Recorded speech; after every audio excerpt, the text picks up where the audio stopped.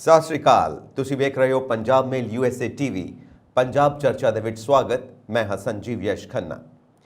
America ਇਸ ਵਕਤ ਇੱਕ ਤਣਾਅ ਦੀ ਸਥਿਤੀ ਵਿੱਚੋਂ ਲੰਘਦਾ ਪਿਆ, ਕਿਉਂਕਿ ਅਮਰੀਕਾ ਦੀਆਂ ਜਿਹੜੀਆਂ ਸਮੁੰਦਰੀ ਸੀਮਾਵਾਂ ਨੇ ਉਹਦੇ ਉੱਤੇ ਰਸ਼ੀਆ ਤੇ ਚੀਨ ਦੇ ਯੁੱਧ ਪੋਤ ਯਾਨੀ ਕਿ ਸਮੁੰਦਰੀ ਬੇੜੇ ਵੇਖੇ ਗਏ ਨੇ। ਸੋ 11 ਦੇ ਕਰੀਬ ਉਹਨਾਂ ਦੀ ਗਿਣਤੀ ਹੈ। ਅਮਰੀਕਾ ਨੇ ਵੀ ਆਪਣੇ 4 ਸਮੁੰਦਰੀ ਬੇੜੇ ਆਪਣੀਆਂ ਸੀਮਾਵਾਂ ਦੀ ਰੱਖਿਆ ਵਾਸਤੇ ਉੱਥੇ ਭੇਜ ਦਿੱਤੇ ਨੇ। ਅਮਰੀਕਾ ਦੇ ਹੈਲੀਕਾਪਟਰਸ, ਫਾਈਟਰ ਪਲੇਨਸ ਲਗਾਤਾਰ ਨਿਰੀਖਣ ਕਰ ਰਹੇ ਨੇ, ਜਾਂਚ ਕਰ ਰਹੇ ਨੇ, ਉਡਾਨਾਂ ਭਰ ਰਹੇ ਨੇ। ਇਹ ਤਣਾਅ ਦੀ ਸਥਿਤੀ ਕਿਉਂ ਪੈਦਾ ਹੋਈ? ਇਸ ਵਕਤ ਕੀ ਕਾਰਨ ਨੇ ਕਿ ਅਮਰੀਕਾ ਨੂੰ ਉਕਸਾਇਆ ਜਾ ਰਿਹਾ ਹੈ? ਇਹ ਇੱਕ ਖਾਸ ਮੁੱਦਾ ਬਣਿਆ ਹੋਇਆ ਹੈ ਜੋ ਮਿਲਟਰੀ ਐਕਸਪਰਟਸ ਕਹਿ ਰਹੇ ਨੇ। ਕਾਰਨ ਇਹ ਵੀ ਹੋ ਸਕਦਾ ਹੈ ਕਿ ਜਿਸ ਤਰ੍ਹਾਂ ਦੁਨੀਆ ਦੀਆਂ ਸਾਰੀਆਂ ਟਾਈਮ ਜ਼ੋਨਾਂ ਦੇ ਵਿੱਚ ਤਕਰੀਬਨ 22 ਟਾਈਮ ਜ਼ੋਨਾਂ ਦੇ ਵਿੱਚ ਅਮਰੀਕਾ ਪ੍ਰੈਕਟਿਸ ਕਰ ਰਿਹਾ ਹੈ ਆਪਣੇ ਯੁੱਧ ਅਭਿਆਸ ਦੀ। ਇਹ ਇੱਕ ਸਟ੍ਰੈਟਜੀ ਹੈ ਔਰ ਇਸ ਨੂੰ ਇੱਦਾਂ ਵੀ ਦੇਖਿਆ ਜਾ ਰਿਹਾ ਹੈ ਕਿ ਸ਼ਾਇਦ ਇਹ ਤੀਸਰੇ ਵਿਸ਼ਵ ਯੁੱਧ ਵਾਸਤੇ ਅਭਿਆਸ ਚੱਲ ਰਿਹਾ ਹੈ। ਇਸ ਕਰਕੇ ਪੂਰੀ ਦੁਨੀਆ ਦੀ ਨਜ਼ਰ ਇਸ ਅਭਿਆਸ ਦੇ ਉੱਤੇ ਲੱਗੀ ਹੋਈ ਹੈ, ਜਦਕਿ ਅਮਰੀਕਾ ਦਾ ਕਹਿਣਾ ਹੈ ਕਿ ਇਹ ਮੇਰੀ ਨੇਵੀ ਵਾਸਤੇ, ਮੇਰੀ ਆਰਮੀ ਵਾਸਤੇ ਇੱਕ ਜ਼ਰੂਰੀ ਪ੍ਰਕਿਰਿਆ ਹੈ, ਇੱਕ ਜ਼ਰੂਰੀ ਪ੍ਰੋਸੈਸ ਹੈ। ਇਸ ਦੇ ਤਹਿਤ ਇਹ ਸਾਰੀ ਗੱਲਬਾਤ, ਇਹ ਸਾਰੀ ਜੋ ਮਿਲਟਰੀ ਐਕਸਰਸਾਈਜ਼ ਆ ਇਹ ਕੀਤੀ ਜਾ ਰਹੀ ਹੈ। ਗੱਲਬਾਤ ਇਸ ਤਰ੍ਹਾਂ ਕਿ ਵੱਖ-ਵੱਖ ਦੇਸ਼ਾਂ ਦੇ ਨਾਲ ਇਸ ਦੀ ਸਾਰੀ ਸਾਂਝ ਪਾਈ ਜਾ ਰਹੀ ਹੈ। ਸੋ ਇਹ ਦੋ ਮੁੱਦੇ ਬਣੇ ਹੋਏ ਨੇ ਔਰ ਇਹਦਾ ਨਤੀਜਾ ਕੀ ਨਿਕਲਣਾ ਹੈ ਇਹ ਆਉਣ ਵਾਲਾ ਸਮਾਂ ਦੱਸੇਗਾ, ਕਿਉਂਕਿ ਇਸ ਵਕਤ ਅਮਰੀਕਾ ਨੇ ਆਪਣੀ ਨੇਵੀ ਨੂੰ ਹਾਈ ਅਲਰਟ ਤੇ ਕੀਤਾ ਹੋਇਆ। ਇਹ तमाम ਜਿਹੜੇ ਰਾਜਨੀਤਿਕ ਮੁੱਦੇ ਨੇ, ਇਹ ਇੰਟਰਨੈਸ਼ਨਲ ਇਕਨੋਮੀ ਦੇ ਜੋ ਮੁੱਦੇ ਨੇ, ਇਹਨਾਂ ਨੇ ਆਮ ਲੋਕਾਂ ਦੇ ਜਨ ਜੀਵਨ ਦੇ ਉੱਤੇ ਕੀ ਪ੍ਰਭਾਵ ਪਾਉਣਾ ਹੈ ਇਹ ਵੀ ਵਿਚਾਰ ਕਰਨ ਵਾਲੀ ਗੱਲ ਹੈ। ਕਿਉਂਕਿ ਬਾਰਡਰ ਦੇ ਉੱਤੇ ਕੋਈ ਵੀ ਸਿਕਿਉਰਿਟੀ ਦੀ ਗੱਲ ਹੋਵੇ ਜਾਂ ਇੰਟਰਨਲ ਸਿਕਿਉਰਿਟੀ ਦੀ ਗੱਲ ਹੋਵੇ ਜਾਂ ਇਕਨੋਮਿਕ ਸਿਕਿਉਰਿਟੀ ਦੀ ਗੱਲ ਹੋਵੇ ਜਾਂ ਸੋਸ਼ਲ ਸਿਕਿਉਰਿਟੀ ਦੀ ਗੱਲ ਹੋਵੇ, ਹਮੇਸ਼ਾ ਤਣਾਅ ਬਣਦਾ ਹੈ ਆਮ ਲੋਕਾਂ ਦੇ ਮਨਾਂ ਦੇ ਉੱਤੇ ਕਿ ਇਹ ਨਤੀਜਾ ਕੀ ਨਿਕਲੇਗਾ। ਸੋ ਰਾਜਨੀਤੀ ਆਪਣਾ ਕੰਮ ਕਰ ਰਹੀ ਹੈ, ਇਕਨੋਮੀ ਆਪਣਾ ਕੰਮ ਕਰ ਰਹੀ ਹੈ ਔਰ ਆਮ ਲੋਕ ਇਹਦੇ ਉੱਤੇ ਨਜ਼ਰ ਲਗਾ ਕੇ ਬੈਠੇ ਨੇ ਕਿ ਦੇਖੋ ਇਹਦਾ ਕੀ ਨਤੀਜਾ ਨਿਕਲਣਾ। ਸੋ ਅਸੀਂ ਉਮੀਦ ਕਰਦੇ ਹਾਂ ਕਿ ਸਾਰੀ ਸਥਿਤੀ ਹਮੇਸ਼ਾ ਦੀ ਤਰ੍ਹਾਂ ਅੰਡਰ ਕੰਟਰੋਲ ਰਹੇਗੀ, ਕਿਉਂਕਿ ਉਧਰ ਤਾਇਵਾਨ ਦਾ ਵੀ ਮਸਲਾ ਹੈ, ਇੱਧਰ ਯੂਕਰੇਨ ਦਾ ਵੀ ਮਸਲਾ ਹੈ ਔਰ ਸ਼ਾਇਦ ਯੂਕਰੇਨ ਨੂੰ ਜੋ ਸਪੋਰਟ ਮਿਲ ਰਹੀ ਹੈ ਨਾਟੋ ਤੋਂ, ਔਰ ਇਸੇ ਕਰਕੇ ਹੀ ਸ਼ਾਇਦ ਰਸ਼ੀਆ ਔਰ ਚੀਨ ਨੇ ਆਪਣੇ ਸਮੁੰਦਰੀ ਬੇੜੇ ਭੇਜੇ ਨੇ ਅਮਰੀਕਾ ਦੇ ਸਮੁੰਦਰੀ ਤੱਟਾਂ ਦੇ ਉੱਤੇ, ਕਿਉਂਕਿ ਇੱਧਰ ਅਮਰੀਕਾ ਐਕਸਰਸਾਈਜ਼ ਕਰ ਰਿਹਾ ਹੈ ਆਪਣੀ ਮਿਲਟਰੀ ਸਟ੍ਰੈਟਜੀ ਦੀ ਤੇ ਉਧਰ ਉਹ ਨਾਟੋ ਦੀਆਂ ਕੰਟਰੀਜ਼ ਨੂੰ ਲੀਡ ਕਰਦੇ ਹੋਏ ਯੂਕਰੇਨ ਦੀ ਮਦਦ ਕਰ ਰਿਹਾ ਹੈ। ਸੋ ਇਹ तमाम ਸਾਰੇ ਹਾਲਾਤ ਬਣੇ ਹੋਏ ਨੇ। ਹੁਣ ਚੱਲਦੇ ਹਾਂ ਆਪਣੇ ਭਾਰਤ ਦੇ ਮੁੱਦਿਆਂ ਵੱਲ, ਆਪਣੇ ਪੰਜਾਬ ਦੇ ਮੁੱਦਿਆਂ ਵੱਲ। ਮੇਰੇ ਨਾਲ ਸਟੂਡੀਓਜ਼ ਦੇ ਵਿੱਚ ਮੌਜੂਦ ਨੇ political analyst Gurmeet Palahi. Welcome to Punjab Charcha Palahi ਸਾਹਿਬ। ਮਿਹਰਬਾਨੀ, ਸ਼ੁਕਰੀਆ ਜੀ। ਰਾਹੁਲ ਗਾਂਧੀ ਮੁੜ ਤੋਂ ਲੋਕ ਸਭਾ ਦੇ ਵਿੱਚ ਆ ਗਏ ਨੇ ਕਿਉਂਕਿ ਸੁਪਰੀਮ ਕੋਰਟ ਨੇ ਸਟੇ ਕਰ ਦਿੱਤਾ ਹੈ। ਜੋ ਉਹਨਾਂ ਨੂੰ ਸਜ਼ਾ ਦਿੱਤੀ ਸੀ ਸੂਰਤ ਦੀ ਹਾਈ ਕੋਰਟ ਨੇ, ਉਹਦੇ ਉੱਤੇ ਸਟੇ ਹੋ ਗਿਆ। ਇਸ ਕਰਕੇ ਉਹਨਾਂ ਦੀ ਮੈਂਬਰਸ਼ਿਪ ਬਹਾਲ ਹੋ ਗਈ ਹੈ। ਪਹਿਲਾਂ ਮੈਂਬਰਸ਼ਿਪ ਬਹਾਲ ਨਹੀਂ ਹੋ ਰਹੀ ਸੀ ਤਾਂ ਕਾਂਗਰਸ ਤਿਆਰੀ ਕਰ ਰਹੀ ਸੀ ਸੁਪਰੀਮ ਕੋਰਟ ਦੁਬਾਰਾ ਜਾਣ ਦੀ, ਪਰ ਮੈਂਬਰਸ਼ਿਪ ਬਹਾਲ ਹੋ ਗਈ ਤੇ ਉਹਨਾਂ ਨੇ ਗਰਜ ਕੇ ਉਹ ਪਹਿਲਾਂ ਵਾਲਾ ਅੰਦਾਜ਼ ਅਪਣਾਇਆ ਫਿਰ ਤੋਂ ਲੋਕ ਸਭਾ ਦੇ ਵਿੱਚ। ਤੇ ਇਸ ਵਾਰ ਵੀ ਬੜੀਆਂ ਉਹਨਾਂ ਨੇ ਜਿਨ੍ਹਾਂ ਨੂੰ ਕਹਿੰਦੇ ਨੇ ਕਿ ਇਲਜ਼ਾਮਾਤ ਲਗਾਏ ਨੇ, ਪੋਲੀਟੀਕਲ ਇਲਜ਼ਾਮਾਤ ਆਪਣੇ ਵਿਰੋਧੀ ਧਿਰਾਂ ਦੇ ਉੱਤੇ। ਮਨੀਪੁਰ ਦੀ ਘਟਨਾ ਦਾ ਜ਼ਿਕਰ ਕੀਤਾ ਹੈ, ਹਰਿਆਣਾ ਦੀਆਂ ਘਟਨਾਵਾਂ ਦਾ ਜ਼ਿਕਰ ਕੀਤਾ ਹੈ, ਹੋਰ तमाम ਗੱਲਾਂ ਦਾ ਜੋ ਮਾਹੌਲ ਬਣਦਾ ਪਿਆ ਹੈ ਭਾਰਤ ਦੇ ਅੰਦਰ ਉਹਦਾ ਵੀ ਜ਼ਿਕਰ ਕੀਤਾ। ਕਾਫੀ ਗਰਮ ਰਿਹਾ ਹੈ ਉਹਨਾਂ ਦਾ ਇਹ ਸੰਬੋਧਨ, ਇਹ ਸਾਰੇ ਹੀ ਐਕਸਪਰਟਸ ਮੰਨਦੇ ਨੇ। ਸੋ ਪਲਾਹੀ ਸਾਹਿਬ, ਜੇ ਆਪਾਂ ਇਹ ਘਟਨਾਕ੍ਰਮ ਨੂੰ ਦੇਖੀਏ ਜੋ ਮਨੀਪੁਰ ਵਿੱਚ ਵਾਪਰ ਰਿਹਾ, ਉਸ ਤੋਂ ਬਾਅਦ ਜੋ ਨੂੰ ਹਰਿਆਣਾ ਦੇ ਵਿੱਚ ਵਾਪਰ ਰਿਹਾ ਔਰ ਬਾਕੀ ਥਾਵਾਂ 'ਤੇ ਜੋ ਮਾਹੌਲ ਬਣਦਾ ਪਿਆ, ਇਹਨਾਂ ਸਾਰੀਆਂ ਘਟਨਾਵਾਂ ਦਾ ਆਪਸ ਦੇ ਵਿੱਚ ਕੋਈ ਕਨੈਕਸ਼ਨ ਹੈ ਤੁਹਾਡੇ ਮੁਤਾਬਿਕ? ਬਿਲਕੁਲ ਕਨੈਕਸ਼ਨ ਹੈ। ਆਮ ਤੌਰ ਤੇ ਹੀ ਜਿਵੇਂ ਕਿ ਪਿਛਲੇ ਸਮੇਂ ਵਿੱਚ ਵੇਖਣ ਨੂੰ ਮਿਲ ਰਿਹਾ, ਜਦੋਂ ਵੀ ਚੋਣਾਂ ਆਉਂਦੀਆਂ ਨੇ, ਚਾਹੇ ਉਹ ਵਿਧਾਨ ਸਭਾ ਦੀਆਂ ਚੋਣਾਂ ਨੇ, ਚਾਹੇ ਉਹ ਲੋਕ ਸਭਾ ਦੀਆਂ ਚੋਣਾਂ ਨੇ, ਹਾਕਮ ਧਿਰ ਵੱਲੋਂ ਪੋਲਰਾਈਜੇਸ਼ਨ ਦੀ ਗੱਲ ਜਿਹੜੀ ਹੈ ਉਹ ਲਗਾਤਾਰ ਕੀਤੀ ਜਾ ਰਹੀ ਹੈ। ਇਹਦਾ ਮਤਲਬ ਇਹ ਹੈ ਕਿ ਫਿਰਕਿਆਂ ਦੀ ਆਪਸ ਵਿੱਚ ਇਸ ਢੰਗ ਦੇ ਨਾਲ ਵੰਡ ਕਰ ਦਿਓ, ਕੁਝ ਇੱਕ ਮਸਲਿਆਂ ਤੇ ਕੁਝ ਇੱਕ ਲੋਕਾਂ ਨੂੰ ਡਰਾ ਕੇ, ਕੁਝ ਇੱਕ ਇਹੋ ਜਿਹੀਆਂ ਹੋਰ ਘਟਨਾਵਾਂ ਵਾਪਰਨ ਦੇਣ ਦੀ ਆਗਿਆ ਦੇ ਕੇ ਕਿ ਲੋਕ ਇੱਕ ਦੂਜੇ ਦੇ ਵਿਰੋਧ ਦੇ ਵਿੱਚ ਧਰਮ ਦੇ ਨਾਂ ਤੇ ਖੜੇ ਹੋ ਜਾਣ।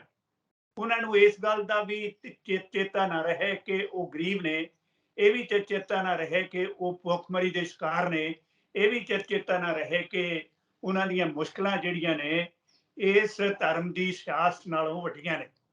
ਕਿਉਂਕਿ ਦੇਸ਼ ਦੇ ਵਿੱਚ ਇਸ ਵੇਲੇ ਗਰੀਬ ਜਨਤਾ ਜਿਹੜੀ ਹੈ ਬੁਰੀ ਤਰ੍ਹਾਂ ਪਿਸ ਰਹੀ ਆ, ਔਰ ਗਰੀਬ ਅਮੀਰ ਦਾ ਪਾੜਾ ਵੱਧ ਰਿਹਾ, ਔਰ ਬਹੁਤ ਸਾਰੀਆਂ ਹੋਰ ਇਹੋ ਜਿਹੀਆਂ ਵੱਡੀਆਂ ਸਮੱਸਿਆਵਾਂ ਬੇਰੁਜ਼ਗਾਰੀ ਸਮੇਤ, ਭ੍ਰਿਸ਼ਟਾਚਾਰ ਸਮੇਤ ਸਾਹਮਣੇ ਦਿਖਣ ਲੱਗ ਪਈਆਂ ਨੇ, ਜਿਹੜੀਆਂ ਨੂੰ ਲੁਕਾਉਣ ਲਈ ਹਾਕਮ ਧਿਰ ਜਿਹੜੀ ਹੈ ਆਪਣੇ ਵੱਲੋਂ ਵਾਹ ਲਾ ਰਹੀ ਹੈ, ਤੇ ਉਹਨਾਂ ਦੇ ਲਈ ਜਿੱਤਣ ਦਾ ਇੱਕੋ ਇੱਕ ਰਸਤਾ ਜਿਹੜਾ ਹੈ ਉਹਨਾਂ ਨੂੰ ਇਹ ਪਾੜ ਦੇ ਵਿੱਚ ਦਿਖਾਈ ਦਿੰਦਾ। ਜਿਵੇਂ ਕਿ ਪਹਿਲਾਂ ਮਣੀਪੁਰ ਨੂੰ ਦੋ ਕਰਨ ਦੀ ਗੱਲ ਹੋ ਗਈ, ਫਿਰ ਲੂ ਦੇ ਵਿੱਚ ਧਰਮ ਦੇ ਨਾਂ ਤੇ ਸਿਆਸਤ ਜਿਹੜੀ ਹੈ ਉਹ ਹੋ ਰਹੀ ਹੈ।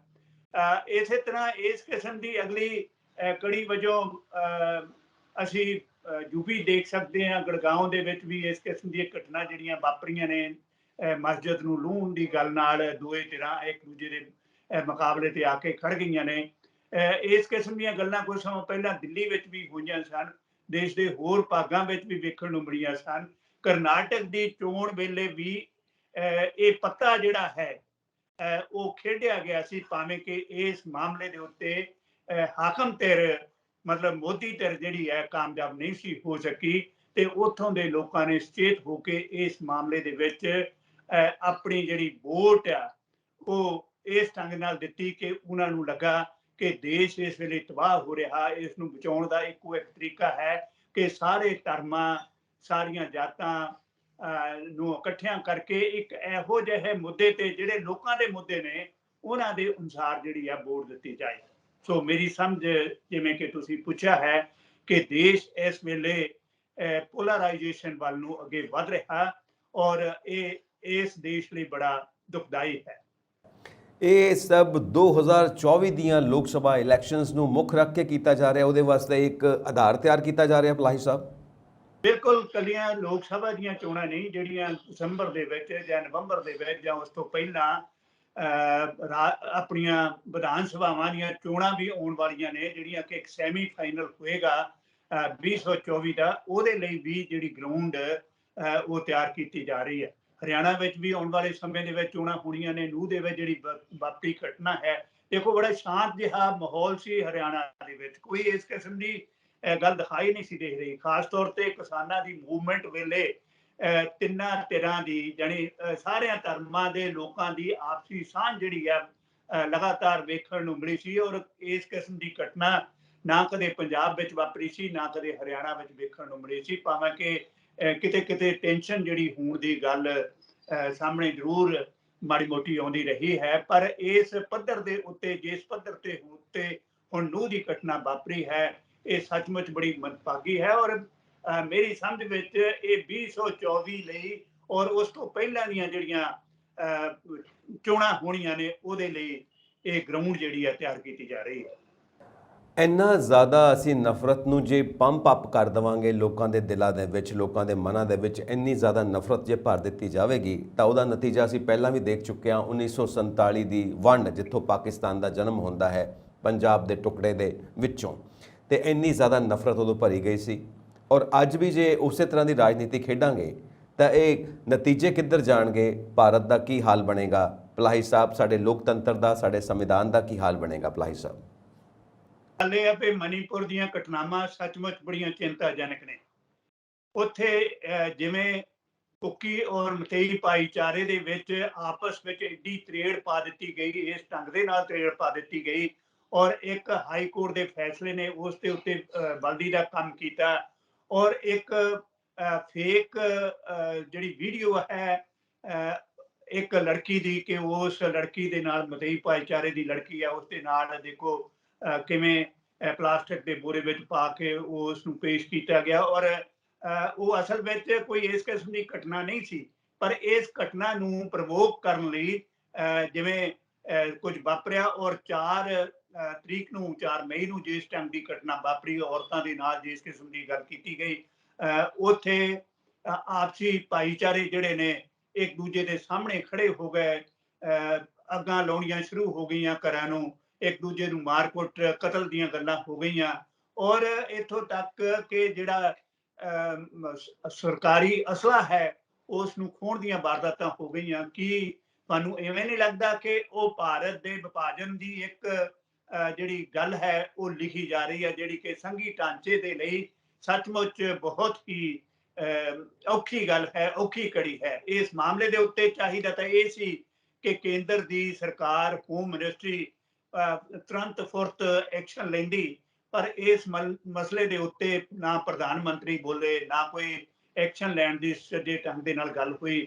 ਅੱਜ ਵੀ ਉਸ ਏਰੀਏ ਦੇ ਵਿੱਚ, ਉਸ ਖਿੱਤੇ ਦੇ ਵਿੱਚ ਜਿਸ ਢੰਗ ਦੇ ਨਾਲ ਅੱਗ ਭੜਕ ਰਹੀ ਹੈ, ਉਸ ਦਾ ਵਰਣਨ ਜਿਹੜਾ ਹੈ ਪਾਰਲੀਮੈਂਟ ਦੇ ਵਿੱਚ ਲਗਾਤਾਰ ਜਿਸ ਵੇਲੇ ਹੁਣ ਦੀ ਸਰਕਾਰ ਦੇ ਵਿਰੋਧ ਦੇ ਵਿੱਚ ਬੇਵਸਾਹੀ ਮਤਾ ਰੱਖਿਆ ਗਿਆ, ਉਸ ਦੇ ਵਿੱਚ ਵੱਖੋ ਵੱਖਰੇ ਨੇਤਾਵਾਂ ਵੱਲੋਂ ਕੀਤਾ ਜਾ ਰਿਹਾ ਉਸ ਦਾ ਵਿਰੋਧ ਹੀ ਨਹੀਂ, ਉਹਨਾਂ ਘਟਨਾਵਾਂ ਦਾ ਵਰਣਨ ਵੀ ਇਸ ਢੰਗ ਦੇ ਨਾਲ ਕੀਤਾ ਜਾ ਰਿਹਾ ਕਿ ਸੱਚਮੁੱਚ ਇਵੇਂ ਲੱਗਦਾ ਕਿ ਦੇਸ਼ ਟੁੱਟਣ ਦੇ ਕੰਢੇ ਤੇ ਪਹੁੰਚਾਉਣ ਦਾ ਇੱਕ ਯਤਨ ਹੋ ਰਿਹਾ, ਔਰ ਉਸ ਯਤਨ ਨੂੰ ਇੱਕ ਡਰ ਦੇ ਵਜੋਂ ਲਿਆ ਕੇ ਇੱਕ ਖਾਸ ਫਿਰਕੇ ਦੇ ਲੋਕਾਂ ਨੂੰ ਇੱਕ ਧਿਰ ਵਜੋਂ ਖੜਾ ਕਰਨ ਦਾ ਯਤਨ ਹੋ ਰਿਹਾ, ਤਾਂ ਕਿ ਉਹ ਇੱਕੋ ਥਾਂ ਤੇ ਵੋਟਾਂ ਪਾਉਣ। ਜਿਵੇਂ ਕਿ ਯੂਪੀ ਦੇ ਵਿੱਚ ਪਿਛਲੇ ਸਮੇਂ ਦੇ ਵਿੱਚ ਜਦੋਂ ਇਲੈਕਸ਼ਨਾਂ ਹੋਈਆਂ ਸਨ, ਇਸੇ ਕਿਸਮ ਦੀ ਪੋਲਰਾਈਜੇਸ਼ਨ ਜਿਹੜੀ ਹੈ ਉਹ ਕੀਤੀ ਗਈ ਸੀ, ਤੇ ਉੱਥੇ ਬਹੁਤ ਵੱਡੀ ਗਿਣਤੀ ਦੇ ਵਿੱਚ ਭਾਜਪਾ ਜਿਹੜੀ ਹੈ ਉਹ ਵੋਟਾਂ ਲਿਜਾਣ ਦੇ ਵਿੱਚ ਕਾਮਯਾਬ ਹੋ ਗਈ ਸੀ। ਭਲਾਈ ਸਾਹਿਬ, ਇਹ ਜਿਹੜੇ ਰਾਜਨੇਤਾ ਨੇ, ਪੋਲੀਟੀਕਲ ਲੀਡਰਸ, ਵੱਡੇ ਵੱਡੇ ਆਗੂ ਨੇ, ਇਹਨਾਂ ਦੇ ਆਪਣੇ ਬੱਚੇ ਵਿਦੇਸ਼ਾਂ 'ਚ ਪੜ੍ਹਦੇ ਪਏ ਨੇ, ਬਿਜ਼ਨਸ ਕਰਦੇ ਪਏ ਨੇ, ਆਪਣੀ ਪੂਰੀ ਐਸ਼ ਦੀ ਜ਼ਿੰਦਗੀ ਜੀ ਰਹੇ ਨੇ, ਔਰ ਸਾਡੇ ਤੁਹਾਡੇ ਬੱਚੇ ਸੜਕਾਂ ਦੇ ਉੱਤੇ ਤਲਵਾਰਾਂ ਲੈ ਕੇ ਇੱਕ ਦੂਜੇ ਦੇ ਖੂਨ ਦੇ ਪਿਆਸੇ ਅੱਗਾਂ ਲਾਉਂਦੇ ਪਏ ਨੇ, ਜਾਨਾਂ ਗਵਾਉਂਦੇ ਪਏ ਨੇ। ਇਹ ਇਹਨਾਂ ਪੋਲੀਟੀਕਲ ਲੀਡਰਸ ਦੇ ਆਪਣੇ ਬੱਚੇ, ਆਪਣੇ ਰਿਸ਼ਤੇਦਾਰ ਦੇ ਇੱਥੇ ਕਿਤੇ ਵਿਖਾਈ ਨਹੀਂ ਦਿੰਦੇ ਸੜਕਾਂ ਦੇ ਉੱਤੇ ਇੱਦਾਂ ਦੇ ਨਾਅਰੇ ਲਾਉਂਦੇ ਹੋਏ ਔਰ ਇੱਦਾਂ ਦੇ ਮਾਹੌਲ ਦੇ ਵਿੱਚ ਹਿੱਸਾ ਲੈਂਦੇ ਹੋਏ। ਇਹ ਸਾਡੇ ਤੁਹਾਡੇ ਬੱਚੇ ਹੀ ਇਸ ਮਾਹੌਲ ਦੇ ਵਿੱਚ ਹਿੱਸਾ ਲੈਂਦੇ ਨੇ ਔਰ ਇਹ ਸਾਰੇ ਅੰਦੋਲਨ ਚਲਾਉਂਦੇ ਨੇ, ਔਰ ਇਹਨਾਂ ਦੇ ਆਪਣੇ ਬੱਚੇ ਬਿਲਕੁਲ ਐਸ਼ ਦੀ ਜ਼ਿੰਦਗੀ ਜਿਉਂਦੇ ਨੇ। ਇਹ ਕੀ ਕਾਰਨ ਨੇ ਭਲਾਈ ਸਾਹਿਬ? ਦੇਖੋ, ਗੱਲ ਇਹ ਆ ਵੀ ਨੌਜਵਾਨਾਂ ਨੂੰ ਗੁੰਮਰਾਹ ਕਰਨ ਦਾ ਯਤਨ ਹੋ ਰਿਹਾ। ਗੁੰਮਰਾਹ ਇਸ ਕਰਕੇ ਕਿ ਬੇਰੁਜ਼ਗਾਰੀ ਹੈ, ਬੇਰੁਜ਼ਗਾਰੀ ਵੀ ਇਸ ਪੱਧਰ ਤੇ ਵੀ ਨੌਜਵਾਨਾਂ ਨੂੰ ਕੋਈ ਰਾਹ ਨਹੀਂ ਦਿਖਾਈ ਦਿੰਦਾ। ਜਿਸ ਵੇਲੇ ਕੋਈ ਰਾਹ ਦਿਖਾਈ ਨਹੀਂ ਦਿੰਦਾ ਤੇ ਇਹ ਪੋਲੀਟੀਕਲ ਲੋਕ ਜਿਹੜੇ ਨੇ, ਖਾਸ ਤੌਰ ਤੇ ਇਲੈਕਸ਼ਨਾਂ ਦੇ ਸਮਿਆਂ ਦੇ ਵਿੱਚ, ਇਹਨਾਂ ਲੋਕਾਂ ਨੂੰ ਆਪਣੇ ਨਾਲ ਤੋਰ ਕੇ ਉਹਨਾਂ ਦੀ ਮਦਦ ਜਿਹੜੀ ਹੈ ਪੈਸੇ ਦੇ ਪੱਖ ਤੋਂ ਵੀ ਕਰਦੇ ਨੇ। ਪਰ ਦੂਜੇ ਪਾਸੇ ਇਹ ਹੈ ਕਿ ਧਰਮ ਦੇ ਨਾਂ ਦੇ ਉੱਤੇ ਇਸ ਕਿਸਮ ਦੇ ਟੀਕੇ ਇਹਨਾਂ ਨੌਜਵਾਨਾਂ ਤੇ ਮਤਲਬ ਸੋਚ ਦੇ ਵਿੱਚ ਲਗਾ ਦਿੱਤੇ ਜਾਂਦੇ ਨੇ ਕਿ ਉਹਨਾਂ ਨੂੰ ਧਰਮ ਤੋਂ ਬਿਨਾਂ ਔਰ ਫਿਰਕਾ ਪ੍ਰਸਤੀ ਤੋਂ ਬਿਨਾਂ ਕੋਈ ਦਿਖਾਈ ਨਹੀਂ ਦਿੰਦਾ। ਇਹੋ ਕਾਰਨ ਹੈ ਕਿ ਲਗਾਤਾਰ ਦੰਗੇ ਜਿਹੜੇ ਨੇ ਉਹ ਦੇਖਣ ਨੂੰ ਮਿਲ ਰਹੇ।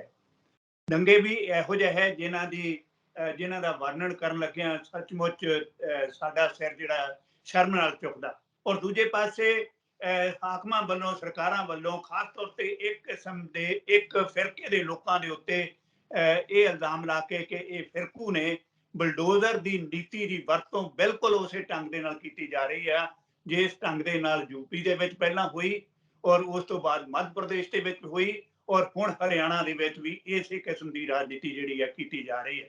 ਅਸਲ ਮਾਇਨਿਆਂ ਦੇ ਵਿੱਚ ਇਹ ਨੇਤਾ ਲੋਕ ਜਿਹੜੇ ਨੇ ਆਪਣੇ ਆਪ ਨੂੰ ਸੁਰੱਖਿਅਤ ਰੱਖ ਕੇ ਉਹਨਾਂ ਲੋਕਾਂ ਦੀ ਪੁਸ਼ਟ ਪਨਾਹੀ ਕਰ ਰਹੇ ਨੇ ਜਿਹੜੇ ਦੇਸ਼ ਨੂੰ, ਅਡਾਨੀ ਵਰਗੇ, ਜਿਹੜੇ ਦੇਸ਼ ਨੂੰ ਇੱਕ ਇਹੋ ਜਿਹੇ ਥਾਂ ਤੇ ਪਹੁੰਚਾਉਣਾ ਚਾਹੁੰਦੇ ਨੇ ਜਿੱਥੇ ਸਿਰਫ ਤੇ ਸਿਰਫ ਨਿੱਜੀਕਰਨ ਦੀ ਸਿਆਸਤ ਹੋਵੇ, ਜਿੱਥੇ ਸਿਰਫ ਤੇ ਸਿਰਫ ਸਰਮਾਏਦਾਰੀ ਦੀ ਗੱਲ ਹੋਵੇ, ਜਿੱਥੇ ਇੱਕ ਗੁਲਾਮੀ ਵਾਲਾ ਮਾਹੌਲ ਹੋਵੇ, ਜਿੱਥੇ ਲੋਕਾਂ ਦੇ ਜਿਹੜੇ ਮੁੱਢਲੇ ਅਧਿਕਾਰ ਨੇ ਉਹ ਲਗਭਗ ਖੋਹ ਲਏ ਜਾਣ ਤੇ ਉਹਨਾਂ ਨੂੰ ਇੱਕ ਗੁਲਾਮੀ ਵਾਲਾ ਜੀਵਨ ਜਿਉਣ ਲਈ ਮਜਬੂਰ ਕਰ ਦਿੱਤਾ ਜਾਏ। ਇਸੇ ਕਿਸਮ ਦੀ ਰਾਜਨੀਤੀ ਜਿਹੜੀ ਹੈ ਇਸ ਨੂੰ ਲੈ ਕੇ ਵੱਡੇ ਸਿਆਸਤਦਾਨ, ਆਪਣੇ ਵੱਡੇ ਲੋਕ ਜਿਹੜੇ ਨੇ ਕਾਰਪੋਰੇਟ ਸੈਕਟਰ ਦੇ, ਉਹ ਸਿਆਸਤਦਾਨਾਂ ਨੂੰ ਆਪਣੇ ਨਾਲ ਤੋਰਦੇ ਨੇ ਤੇ ਸਿਆਸਤਦਾਨ ਜਿਹੜੇ ਨੇ ਅੱਗੋਂ ਲੋਕਾਂ ਨੂੰ ਗੁੰਮਰਾਹ ਕਰਨ ਲਈ ਇਹੋ ਜਿਹੀਆਂ ਗੱਲਾਂ ਵਰਤਦੇ ਨੇ। ਜਿਵੇਂ ਕਿ ਪਿਛਲੇ ਭਾਸ਼ਣ ਦੇ ਵਿੱਚ ਰਾਹੁਲ ਗਾਂਧੀ ਨੇ ਕਿਹਾ ਕਿ ਦੇਸ਼ ਦੇ ਉੱਤੇ ਜਿਸ ਕਿਸਮ ਦੀ ਗੱਲ ਇਸ ਵੇਲੇ ਤੁਰ ਰਹੀ ਹੈ, ਉਹ ਭਾਜਪਾ ਜਿਹੜੀ ਹੈ ਉਹ ਭਾਰਤ ਮਾਤਾ ਦੀ ਹੱਤਿਆ ਕਰ ਰਹੀ ਹੈ, ਔਰ ਲੰਕਾ ਹਨੂਮਾਨ ਨੇ ਨਹੀਂ, ਰਾਵਣ ਨੇ ਹੰਕਾਰ ਨੇ ਸਾੜੀ ਸੀ, ਔਰ ਉਹਦੇ ਵਿੱਚ ਸਿਰਫ 2 ਬੰਦਿਆਂ ਦੀ ਗੱਲ ਕਰਦੇ ਵੀ ਜਿਵੇਂ ਰਾਵਣ 2 ਬੰਦਿਆਂ ਨੂੰ ਦੀ ਸਹਾਇਤਾ ਲੈਂਦਾ ਸੀ, ਉਸੇ ਤਰ੍ਹਾਂ ਰਾਜ ਕਰਨ ਲਈ ਮੋਦੀ ਸਾਹਿਬ ਜਿਹੜੇ ਨੇ ਸ਼ਾਹ ਔਰ ਅਡਾਨੀ ਦੀ ਸਹਾਇਤਾ ਲੈਂਦੇ ਨੇ। ਭਾਵ ਇੱਕ ਪੋਲੀਟੀਕਲ ਬੰਦਾ ਹੈ ਔਰ ਦੂਸਰਾ ਇੱਕ ਕਾਰਪੋਰੇਟ ਸੈਕਟਰ ਦਾ ਵੱਡਾ ਤੰਤਰ ਹੈ। ਜਿਵੇਂ ਕਿ ਮੈਂ ਆਪਣੀ ਗੱਲ ਨੂੰ ਸਪਸ਼ਟ ਕਰਾਂ ਕਿ ਸਿਆਸੀ ਲੋਕ ਜਿਹੜੇ ਨੇ ਅਡਾਨੀ ਵਰਗੇ ਜਿਹੜੇ ਕਾਰਪੋਰੇਟ ਸੈਕਟਰ ਦੇ ਲੋਕ ਇਸ ਦੇਸ਼ ਨੂੰ ਗੁਲਾਮ ਬਣਾਉਣਾ ਚਾਹੁੰਦੇ ਨੇ। ਸਿਆਸਤ ਦੇ ਲੋਕਾਂ ਨੂੰ ਆਪਣੇ ਪੱਲੇ ਬੰਨ ਕੇ ਉਹ ਪੱਲਾ ਜਿਹੜਾ ਹੈ ਅੱਗੋਂ ਲੋਕਾਂ ਨੂੰ ਫਿਰਕੂ ਵੰਡ ਦੇ ਵਿੱਚ ਔਰ ਲੋਕਾਂ ਨੂੰ ਗੁੰਮਰਾਹ ਕਰਨ ਲਈ ਇਹੋ ਜਿਹੀਆਂ ਚਾਲਾਂ ਚੱਲਦਾ ਜਿਹੜੀਆਂ ਕਿ ਅਸਲ ਵਿੱਚ ਕਿਸੇ ਵੀ ਹਾਲ ਦੇ ਵਿੱਚ ਨਾ ਕਿਸੇ ਡੈਮੋਕ੍ਰੈਟਿਕ ਸੈਟ ਦੇ ਵਿੱਚ ਸੰਭਵ ਨੇ ਜਾਂ ਉਹਨਾਂ ਦੇ ਹੱਕ ਵਿੱਚ ਨੇ, ਤੇ ਨਾ ਹੀ ਸਾਡੀ ਜਿਹੜੀ ਸੰਘੀ ਢਾਂਚਾ ਹੈ ਉਸ ਦਾ ਜਿਹੜਾ ਸਾਡੇ ਸੰਵਿਧਾਨ ਦੇ ਵਿੱਚ ਦਰਜ ਸੰਘੀ ਢਾਂਚੇ ਦੀ ਗੱਲ ਹੈ ਉਸ ਦੀ ਜਿਹੜੀ ਅੰਦਰਲੀ ਦਿੱਖ ਹੈ ਉਸ ਨੂੰ ਪੂਰੀਆਂ ਕਰਦੇ ਨੇ। ਪਲਾਹੀ ਸਾਹਿਬ, ਮੈਂ ਗੱਲ ਕੀਤੀ ਸੀ ਬੱਚਿਆਂ ਦੀ ਕਿ ਇਹਨਾਂ ਦੇ ਆਪਣੇ ਬੱਚੇ ਬਿਲਕੁਲ ਸੁਰੱਖਿਅਤ ਵਿਦੇਸ਼ਾਂ 'ਚ ਪੜ੍ਹਦੇ ਨੇ, ਆਪਣੇ ਬਿਜ਼ਨਸ ਕਰਦੇ ਨੇ, ਆਪਣੀ ਐਸ਼ ਪ੍ਰਸਤੀ ਦੀ ਜ਼ਿੰਦਗੀ ਜਿਉਂਦੇ ਨੇ। ਸਾਡੇ ਤੁਹਾਡੇ ਬੱਚੇ ਸੜਕਾਂ ਦੇ ਉੱਤੇ ਨੇ। ਤੁਸੀਂ ਬੇਰੁਜ਼ਗਾਰੀ ਦੀ ਗੱਲ ਵੀ ਇਹਦੇ ਵਿੱਚ ਕੀਤੀ ਹੈ। ਆਮ ਲੋਕਾਂ ਨੂੰ ਇਹ ਗੱਲ ਸਮਝ ਕਿਉਂ ਨਹੀਂ ਆਉਂਦੀ ਕਿ ਇਹ ਲੋਕ ਆਪਣੇ ਬੱਚਿਆਂ ਨੂੰ, ਆਪਣੇ ਰਿਸ਼ਤੇਦਾਰਾਂ ਨੂੰ, ਆਪਣੇ ਆਪ ਨੂੰ ਸੁਰੱਖਿਅਤ ਰੱਖਦੇ ਨੇ ਤੇ ਸਾਡੇ ਬੱਚਿਆਂ ਨੂੰ ਵਰਤਦੇ ਨੇ? ਕਿਉਂ ਨਾ ਅਸੀਂ ਆਪਣੇ ਬੱਚਿਆਂ ਨੂੰ ਸਮਝਾ ਲਈਏ ਕਿ ਸਾਡੇ ਬੱਚੇ ਇਹਨਾਂ ਦੇ ਦਿਖਾਏ ਹੋਏ ਰਾਹ 'ਤੇ ਨਾ ਤੁਰਨ, ਸੜਕਾਂ ਦੇ ਉੱਤੇ ਤਲਵਾਰਾਂ ਲੈ ਕੇ ਨਾ ਦੰਗੇ ਕਰਨ, ਘਰ ਬੈਠਣ। ਜੇ ਨੌਕਰੀ ਨਹੀਂ ਹੈਗੀ ਤਾਂ ਕੋਈ ਹੋਰ ਹੀਲਾ ਕਰਕੇ ਆਪਣੇ ਰੋਜ਼ੀ ਰੋਟੀ ਦਾ ਸਾਧਨ ਬਣਾ ਲੈਣ। ਇਹ ਮਾਂ-ਬਾਪ ਆਪਣੇ ਬੱਚਿਆਂ ਨੂੰ ਸਮਝਾਉਣ ਵਿੱਚ ਸਫਲ ਕਿਉਂ ਨਹੀਂ ਹੁੰਦੇ ਪਏ? ਖੁਸ਼ ਸਥਿਤੀ ਆਪਾਂ ਸ਼ੁਰੂ ਕਰਦੇ ਹਾਂ ਪੰਜਾਬ ਦੀ ਤੋਂ। ਇੱਕ ਉਦਾਹਰਣ ਦੇ ਵਜੋਂ ਪੰਜਾਬ ਦੇ ਵਿੱਚ ਨਸ਼ਿਆਂ ਦਾ ਬੜਾ ਪ੍ਰਕੋਪ ਹੈ। ਤੁਹਾਡੇ ਵਰਗੇ ਸੱਜਣ ਇਹ ਕਹਿੰਦੇ ਨੇ ਕਿ ਇਹਦੇ ਵਿੱਚ ਮਾਪੇ ਜਿਹੜੇ ਨੇ ਉਹ ਆਪਣਾ ਵੱਡਾ ਰੋਲ ਅਦਾ ਕਰਨ, ਜੀ। ਪਰ ਹੁਣ ਦੇ ਸਮੇਂ ਦੇ ਵਿੱਚ ਮਾਪੇ ਇੰਨੇ ਬੇਵਸ ਹੋ ਚੁੱਕੇ ਨੇ ਕਿ ਉਹ ਜਿਸ ਵੇਲੇ ਆਪਣੇ ਬੱਚਿਆਂ ਨੂੰ ਸਮਝਾਉਂਦੇ ਨੇ ਉਹਨਾਂ ਦਾ ਕਤਲ ਤੱਕ ਕਰ ਦਿੱਤਾ ਜਾਂਦਾ, ਉਹਨਾਂ ਦੀ ਗੱਲ ਸੁਣਨ ਨੂੰ ਕੋਈ ਤਿਆਰ ਨਹੀਂ ਹੁੰਦਾ। ਭਾਵ ਮਾਹੌਲ ਇਹੋ ਜਿਹਾ ਬਣਾ ਦਿੱਤਾ ਗਿਆ ਸਿਆਸਤਦਾਨਾਂ ਵੱਲੋਂ, ਰਾਜਸੀ ਤਾਕਤਾਂ ਵੱਲੋਂ, ਜਿਹਦੇ ਤਹਿਤ ਇੱਕ ਗਲੈਮਰ ਜਿਹੜਾ ਹੈ ਸਾਡੇ ਬੱਚਿਆਂ ਨੂੰ ਦਿਖਾਇਆ ਜਾਂਦਾ। ਗਲੈਮਰ ਇੱਕ ਇਸ ਗੱਲ ਦਾ ਵੀ ਦਿਖਾਇਆ ਜਾਂਦਾ ਕਿ ਪ੍ਰਵਾਸ ਕਰੋ, ਇੱਥੋਂ ਤੁਰ ਜਾਓ ਤੇ ਬਾਹਰ ਚਲੇ ਜਾਓ, ਉੱਥੇ ਅਸੀਂ ਸਾਰੇ ਸੁਰੱਖਿਅਤ ਹਾਂ। ਗਲੈਮਰ ਇਸ ਕਿਸਮ ਦਾ ਵੀ ਦਿਖਾਇਆ ਜਾਂਦਾ ਵੀ ਤੁਸੀਂ ਗੁੰਡਾਗਰਦੀ ਦੇ ਵਿੱਚ ਆ ਜਿਹੜੇ ਵੱਖੋ ਵੱਖਰੇ ਗੈਂਗ ਬਣੇ ਨੇ ਇਹਨਾਂ ਦੇ ਵਿੱਚ ਸ਼ਾਮਲ ਹੋ ਜਾਓ ਤੇ ਇਹ ਵੀ ਆਪਣੇ ਆਪ ਦੇ ਵਿੱਚ ਤੁਹਾਡੀ ਫਾਈਨਾਂਸ ਕੰਡੀਸ਼ਨ ਜਿਹੜੀ ਹੈ ਉਸ ਨੂੰ ਸਹੀ ਕਰ ਦੇਗਾ। ਤੇ ਤੀਜਾ, ਉਦਾਸੀ ਦੇ ਪੱਖ ਦੇ ਵਿੱਚ ਚਲੇ ਜਾਓ ਕਿ ਤੁਹਾਨੂੰ ਇਸ ਦੁਨੀਆ ਦਾ ਕੋਈ ਚੇਤਾ ਬਿਨਾ ਰਹੇ ਤੇ ਤੁਸੀਂ ਨਸ਼ਿਆਂ ਦੇ ਵਿੱਚ ਗੁਲਤਾਨ ਹੋ ਜਾਓ। ਦੇਖੋ, ਇੱਕ ਮੁਹਿੰਮ ਜਿਹੜੀ ਹੈ ਹੁਣ, ਜਿਵੇਂ ਤੁਸੀਂ ਕਿਹਾ ਕਿ ਮਾਪੇ ਚਲਾਉਣ ਲੱਗੇ ਨੇ, ਵੱਖੋ ਵੱਖਰੀਆਂ ਸੰਸਥਾਵਾਂ ਜਿਹੜੀਆਂ ਨੇ ਉਹ ਉਹਨਾਂ ਦੇ ਪਾਸੇ ਤੁਰ ਪਈਆਂ ਨੇ।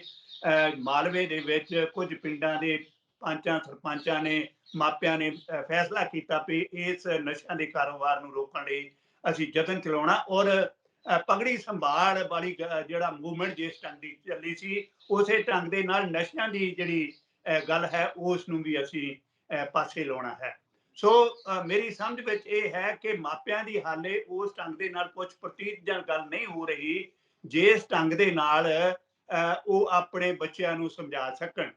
ਪਰ ਇਸ ਕਿਸਮ ਦਾ ਮਾਹੌਲ ਜਿਹੜਾ ਹੈ ਉਹ ਬਣਾ ਦਿੱਤਾ ਗਿਆ ਰਾਜਸੀ ਨੇਤਾਵਾਂ ਵੱਲੋਂ ਕਿ ਮਾਪਿਆਂ ਦੀ ਗੱਲ ਸੁਣਨ ਨਾਲੋਂ ਉਹ ਬੱਚੇ ਜਿਹੜੇ ਨੇ ਆਪਣੇ ਆਪ ਉਹਨਾਂ ਲੋਕਾਂ ਦੀ ਗੱਲ ਸੁਣ ਰਹੇ ਜਿਹੜੇ ਅਸਲ ਵਿੱਚ ਗਲੈਮਰ ਉਹਨਾਂ ਨੂੰ ਦਿਖਾਉਂਦੇ ਨੇ। ਪਲਾਹੀ ਸਾਹਿਬ, ਇਹ ਸਿਆਸਤ ਦੀਆਂ ਕੋਝੀਆਂ ਚਾਲਾਂ ਦਾ ਜਵਾਬ ਮਾਪੇ ਹੀ ਦੇ ਸਕਦੇ ਨੇ, ਅਧਿਆਪਕ ਸਾਹਿਬਾਨ ਦੇ ਸਕਦੇ ਨੇ, ਹੋਰ ਮੌਤਬਰ ਜੋ ਸਮਾਜ ਸੇਵਕ ਨੇ ਉਹ ਦੇ ਸਕਦੇ ਨੇ, ਜੋ ਸਮਾਜ ਸੇਵੀ ਸੰਸਥਾਵਾਂ ਨੇ ਉਹ ਦੇ ਸਕਦੀਆਂ ਨੇ, ਬੁੱਧੀਜੀਵੀ ਦੇ ਸਕਦੇ ਨੇ, ਤੁਹਾਡੇ ਵਰਗੇ ਜਾਗਰੂਕ ਇਨਸਾਨ ਦੇ ਸਕਦੇ ਨੇ। ਸੋ ਆਪਾਂ ਗੱਲ ਕਰੀਏ ਕਿ ਰਾਹੁਲ ਗਾਂਧੀ ਔਰ ਉਹਨਾਂ ਦੇ ਸਾਰੇ ਜੋ ਹਿਮਾਇਤੀ ਨੇ ਉਹਨਾਂ ਨੇ ਮਿਲ ਕੇ ਇੱਕ ਫਰੰਟ ਤਿਆਰ ਕੀਤਾ ਹੈ ਜਿਸ ਦਾ ਨਾਮ ਰੱਖਿਆ ਹੈ ਇੰਡੀਆ, ਜੋ NDA ਨੂੰ ਚੁਣੌਤੀ ਦੇਣ ਵਾਸਤੇ 2024 ਦੀਆਂ ਇਲੈਕਸ਼ਨਸ ਨੂੰ ਮੁੱਖ ਰੱਖ ਕੇ ਇਹ ਫਰੰਟ ਤਿਆਰ ਕੀਤਾ ਗਿਆ। ਤੁਹਾਨੂੰ ਲੱਗਦਾ ਹੈ ਕਿ NDA ਘਬਰਾਈ ਹੋਈ ਹੈ ਇੰਡੀਆ ਫਰੰਟ ਤੋਂ? ਦੇਖੋ, ਗੱਲ ਇਹ ਆ ਵੀ ਜਿਸ ਵੇਲੇ ਜਿਸ ਵਿਅਕਤੀ ਦੀ ਜਾਂ ਜਿਸ ਮਤਲਬ ਪਾਰਟੀ ਦੀ ਸੋਚ ਇੱਕ ਇਹੋ ਜਿਹੀ ਰੇਤੇ ਦੀ ਢੇਰੀ ਦੇ ਉੱਤੇ ਖੜੀ ਹੋਵੇ ਜਿਹੜੀ ਸਿਰ ਤੇ ਸਿਰਫ ਵੋਟ ਦੀ ਰਾਜਨੀਤੀ ਕਰਦੀ ਹੋਵੇ ਤੇ ਉਸ ਨੂੰ ਜਦੋਂ ਆਪਣੀ ਕੁਰਸੀ ਡਿੱਗਦੀ ਦਿਖਾਈ ਦਿੰਦੀ ਹੈ ਉਸ ਵੇਲੇ ਉਸ ਦਾ ਪਰੇਸ਼ਾਨ ਹੋਣਾ, ਨਿਰਾਸ਼ ਹੋਣਾ ਜ਼ਰੂਰੀ ਹੁੰਦਾ, ਉਹਨੂੰ ਡਰ ਲੱਗਦਾ। ਜੀ ਇਹ ਡਰ ਦੇ ਵਿੱਚੋਂ ਨਿਕਲੀ ਹੋਈ ਭਾਵਨਾ ਹੈ ਕਿ ਉਹਨਾਂ ਨੂੰ ਇੰਡੀਆ ਦੇ ਪਲੇਟਫਾਰਮ ਤੇ ਖੜੇ ਹੋਏ ਲੋਕ ਜਿਹੜੇ ਨੇ ਉਹਨਾਂ ਤੋਂ ਡਰ ਲੱਗਣ ਲੱਗ ਪਿਆ। ਇਸ ਗੱਲ ਦਾ ਡਰ ਲੱਗਣ ਲੱਗ ਪਿਆ ਵੀ ਉਹ ਉਹਨਾਂ ਲੀਡਰਾਂ ਨੂੰ ਆਈਡੀ ਦੇ ਰਾਹੀਂ ਹੋਰ ਸਾਧਨਾਂ ਦੇ ਰਾਹੀਂ ਉਹਨਾਂ ਨੂੰ ਪਾਸੇ ਲਾਉਣ ਦੇ ਚੱਕਰ ਵਿੱਚ ਨੇ। ਇਹੀ ਕਾਰਨ ਹੈ ਕਿ ਰਾਹੁਲ ਗਾਂਧੀ ਦੀ ਸਦੱਸਤਾ ਪਹਿਲਾਂ ਖਤਮ ਕਰ ਦਿੱਤੀ ਗਈ। ਹੁਣ ਹੋਰ ਬਹੁਤ ਸਾਰੇ ਨੇਤਾਵਾਂ ਦੇ ਉੱਤੇ ਈਡੀ ਦੇ ਛਾਪੇ ਜਿਹੜੇ ਨੇ, ਸੀਬੀਆਈ ਦੇ ਛਾਪੇ ਮਰਾਉਣ ਦੀ ਗੱਲ ਹੋਣੀ ਸ਼ੁਰੂ ਹੋ ਗਈ। ਹੁਣ ਤੁਸੀਂ ਦੇਖੋ ਕੱਲ ਜਿਹੜੀ ਘਟਨਾ ਵਾਪਰੀ ਹੈ ਰਾਹੁਲ ਗਾਂਧੀ ਦੇ ਭਾਸ਼ਣ ਦੇਣ ਤੋਂ ਬਾਅਦ, ਉਸਨੇ ਜਦੋਂ ਇੱਕ ਪਿਆਰ ਭਰੀ ਸਪੀਕਰ ਦੇ ਨਾਂ ਦੇ ਉੱਤੇ ਕਿਸ ਦਿੱਤੀ ਵੀ ਮੈਂ ਪਿਆਰ ਦੀ ਗੱਲ ਕਰਦਾ, ਤੇ ਇਹ ਉੱਥੋਂ ਦੀਆਂ ਜਿਹੜੀਆਂ ਮਹਿਲਾ ਮੈਂਬਰਾਂ ਨੇ ਉਹਨਾਂ ਨੇ ਇਸ ਗੱਲ ਲਈ ਵਿਰੋਧ ਕਰ ਦਿੱਤਾ ਵੀ ਦੇਖੋ ਇਹ ਫਲਾਈਂਗ ਕਿਸ ਜਿਹੜੀ ਹੈ ਲੇਡੀਜ਼ ਨੂੰ ਦੇਣਾ ਕਿੱਥੋਂ ਤੱਕ ਜਾਇਜ਼ ਹੈ। ਦੇਖੋ ਇਹ ਛੋਟੀ ਛੋਟੀ ਗੱਲ ਨੂੰ ਵੀ ਉਹਨਾਂ ਦੇ ਵਿਰੋਧ ਵਜੋਂ ਲਿਆ ਜਾਣ ਲੱਗ ਪਿਆ ਔਰ ਉਹਨਾਂ ਨੂੰ ਇਸ ਕਿਸਮ ਦਾ ਡਰ ਲੱਗਣ ਲੱਗ ਪਿਆ ਵੀ ਰਾਹੁਲ ਗਾਂਧੀ ਤੇ ਉਹਨਾਂ ਦੇ ਸਾਥੀ ਜਿਹੜੇ ਨੇ ਇੰਡੀਆ ਦੇ ਪਲੇਟਫਾਰਮ ਤੇ ਖੜੇ ਹੋ ਕੇ ਭਾਜਪਾ ਨੂੰ ਇੱਕ ਬਹੁਤ ਵੱਡੀ ਚੁਣੌਤੀ ਦੇਣ ਵਾਲੇ ਨੇ ਤੇ ਅਸੀਂ ਉਹਨਾਂ ਦੀ ਰਾਹ ਦੇ ਵਿੱਚ ਹਰ ਢੰਗ ਨਾਲ ਰੁਕਾਵਟ ਬਣਨਾ ਹੈ। ਜੀ ਪਲਾਹੀ ਸਾਹਿਬ, ਆਪਾਂ ਹੁਣ ਗੱਲ ਕਰਦੇ ਹਾਂ ਦਿੱਲੀ ਦਾ ਜਿਹੜਾ ਸੇਵਾਵਾਂ ਦਾ ਬਿੱਲ ਪੇਸ਼ ਹੋਇਆ, ਪਾਸ ਹੋਇਆ ਹੈ ਆਰਡੀਨੈਂਸ, ਔਰ ਕੇਜਰੀਵਾਲ ਸਾਹਿਬ ਇਹਦਾ ਵਿਰੋਧ ਕਰ ਰਹੇ ਨੇ, ਵਿਰੋਧੀ ਧਿਰਾਂ ਵੀ ਇਹਦਾ ਵਿਰੋਧ ਕਰ ਰਹੀਆਂ ਨੇ। ਔਰ ਕਿਹਾ ਇਹ ਜਾ ਰਿਹਾ ਹੈ ਕਿ ਇੱਕ ਤਰ੍ਹਾਂ ਨਾਲ ਦਿੱਲੀ ਨੂੰ ਸੈਂਟਰ ਦੇ ਨਾਲ ਮਿਲਾ ਕੇ ਇਹ ਇੱਕ ਤਜਰਬਾ ਹੋਣ ਜਾ ਰਿਹਾ ਹੈ ਕਿ ਜੇ ਇਹ ਸਾਰਾ ਕੁਝ ਸੈਂਟਰ ਆਪ ਆਪਣੇ ਹੱਥਾਂ 'ਚ ਲੈ ਕੇ ਚਲਾਉਂਦੀ ਹੈ ਦਿੱਲੀ ਨੂੰ, ਤਾਂ ਇਹ ਤਜਰਬਾ ਕਾਮਯਾਬ ਹੁੰਦਾ ਹੈ ਤਾਂ ਉਸ ਤੋਂ ਬਾਅਦ ਦੇਸ਼ ਦੇ ਬਾਕੀ ਸੂਬਿਆਂ ਦੇ ਵਿੱਚ ਵੀ ਇਹ ਤਜਰਬਾ ਕੀਤਾ ਜਾਣਾ ਹੈ ਔਰ ਸਾਰੀ ਦੀ ਸਾਰੀ ਸੱਤਾ, ਸਾਰੀ ਦੀ ਸਾਰੀ ਪਾਵਰ ਰਾਜਪਾਲ, ਉਪ ਰਾਜਪਾਲ ਉਹਨਾਂ ਦੇ ਹੱਥਾਂ ਵਿੱਚ ਦੇ ਦਿੱਤੀ ਜਾਣੀ ਹੈ ਤੇ ਸਾਰਾ ਕੁਝ ਸੈਂਟਰਲਾਈਜ਼ ਕਰਕੇ ਕੇਂਦਰ ਤੋਂ ਹੀ ਪੂਰੇ ਦੇਸ਼ ਨੂੰ ਚਲਾਇਆ ਜਾਏਗਾ। ਇਹ ਕੇਜਰੀਵਾਲ ਸਾਹਿਬ ਦੀ ਸਾਰੀ ਗੱਲਬਾਤ ਦਾ ਨਿਚੋੜ ਨਿਕਲਦਾ ਹੈ। ਤੇ ਉਸ ਤੋਂ ਬਾਅਦ ਫਿਰ ਜਿਹੜੇ ਸੀਐਮ ਨੇ ਵੱਖ-ਵੱਖ ਸੂਬਿਆਂ ਦੇ ਜਨਤਾ ਨੇ ਚੁਣ ਕੇ ਬਣਾਏ ਨੇ, ਉਹਨਾਂ ਦਾ ਕੀ ਸਥਾਨ ਹੋਏਗਾ। ਔਰ ਖੁਦ ਕੇਜਰੀਵਾਲ ਸਾਹਿਬ ਵੀ ਕਹਿ ਰਹੇ ਨੇ ਕਿ ਮੈਨੂੰ ਇਹ ਹੀ ਨਹੀਂ ਸਮਝ ਆਉਂਦੀ ਪਈ ਕਿ ਦਿੱਲੀ ਯੂਨੀਅਨ ਟੈਰੀਟਰੀ ਹੈ ਕਿ ਦਿੱਲੀ ਕੋਈ ਸੂਬਾ ਹੈ, ਮੈਨੂੰ ਕਿਸ ਵਾਸਤੇ ਚੁਣ ਕੇ ਚੀਫ ਮਿਨਿਸਟਰ ਬਣਾਇਆ ਹੈ ਜਨਤਾ ਨੇ। ਇਹ ਸਾਰਾ ਮਾਹੌਲ ਕੀ ਬਣ ਰਿਹਾ ਹੈ ਪਲਾਹੀ ਸਾਹਿਬ? ਇਹ ਗੱਲ ਬੜੀ ਸਾਫ਼ ਸੁਥਰੀ ਹੈ ਕਿ ਮੋਦੀ ਸਾਹਿਬ ਤੇ ਉਹਨਾਂ ਦੀ ਪਾਰਟੀ ਡਿਕਟੇਟਰਸ਼ਿਪ ਵੱਲ ਨੂੰ ਤੁਰਦੀ ਜਾ ਰਹੀ ਹੈ।